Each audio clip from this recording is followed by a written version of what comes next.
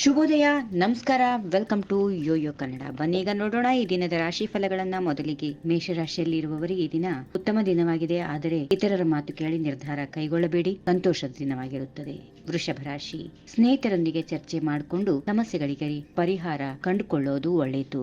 ಇನ್ನು ಮಿಥುನ ರಾಶಿಯಲ್ಲಿ ಇರುವವರಿಗೆ ಈ ದಿನ ಉತ್ತಮ ದಿನವಾಗಿದೆ. ಸ್ಥಗಿತ ಕಾರ್ಯಗಳಲ್ಲಿ ಮುನ್ನಡೆ ಇರುತ್ತದೆ. ಬಂಧು ಮಿತ್ರರಿಂದ ಸಹಾಯ ಒದಗಿ ಬರುತ್ತದೆ. ವ್ಯವಹಾರಗಳಲ್ಲಿ ಅಭಿವೃದ್ಧಿ, ಮನಸ್ಸಿಗೆ ನೆಮ್ಮದಿ ಇರುವಂತಹ ದಿನ. ಕಟಕ ರಾಶಿ, ನೌಕರಿಯಲ್ಲಿ ಕಿರಿಕಿರಿ, ನಿರೀಕ್ಷಿತ ಲಾಭ, ಪರಸ್ಥಳ ವಾಸ, ಇನ್ನು ಜೋರಾಗ್ನಿ ಭೀತಿ ಕೂಡ ಕಾಡಬಹುದು. ಮಕ್ಕಳ ಬಗ್ಗೆ ಕಾಳಜಿ ವಹಿಸಿ. ಸಿಂಹರಾಶಿ, ಪ್ರಯತ್ನ ಕಾರ್ಯಗಳಲ್ಲಿ ಪ್ರಗತಿ ಇರುತ್ತದೆ. ಸರ್ಕಾರಿ ನೌಕರರಿಗೆ ಸ್ವಲ್ಪ ಒತ್ತಡ ಜಾಸ್ತಿ. ಕುಟುಂಬ ಸೌಖ್ಯ, ಸಾಲ ಬಾಧೆ, ಬಂಧುಗಳಲ್ಲಿ ವಿರೋಧ.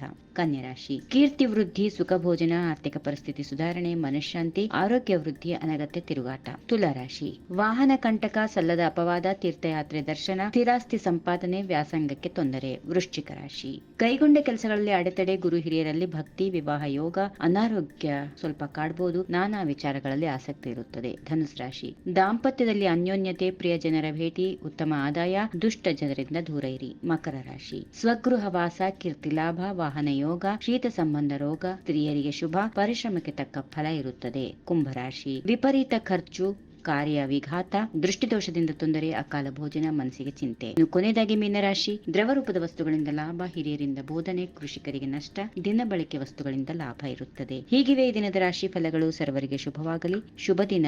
ನಮಸ್ಕಾರ. ಈ ವಿಡಿಯೋ ನಿಮಗೆ ಇಷ್ಟವಾದಲ್ಲಿ ಲೈಕ್ ಮಾಡಿ, ಶೇರ್ ಮಾಡಿ, ಸಬ್ಸ್ಕ್ರೈಬ್ ಮಾಡಿ.